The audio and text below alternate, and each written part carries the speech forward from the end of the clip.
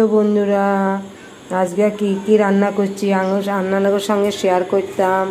আর হলো আজকে মঙ্গলবার, এই যে বেগুন ভাজা করছি আর তিতা দিয়ে মুগ ডাল হচ্ছে।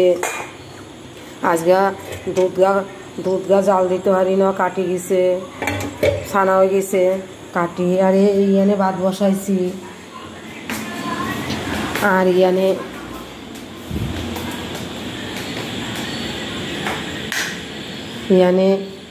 পুঁই শাকের তরকারি, নিরামিষ করে পুঁই শাকের তরকারি হয়েছে।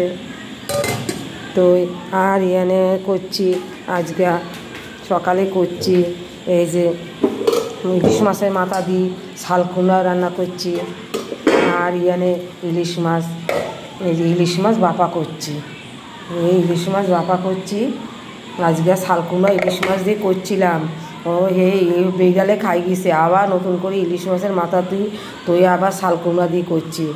আপনারা যদি ভালো লাগে একটা শেয়ার করে দিয়ে।